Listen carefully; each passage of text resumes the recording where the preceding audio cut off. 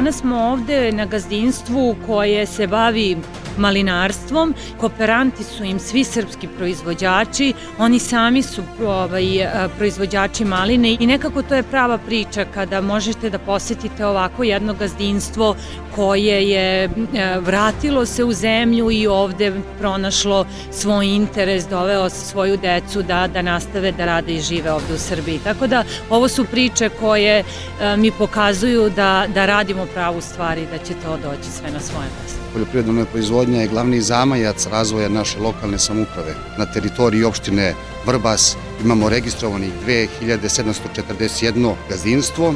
Opština Vrbas je svojim budžetom opredelila 61 milion i prethodne godine smo podržali nešto više od 200 poljoprivrednih gazdinstava. U našem selu ovde i okolini je postala ovde hiperprodukcija u toj proizvodnji maline i mi smo videli tu tako da možemo da krenemo sa tim poslom, da se bavimo malinarstvom i samim time je to proširilo naš posao i na izgradnju hladnjače.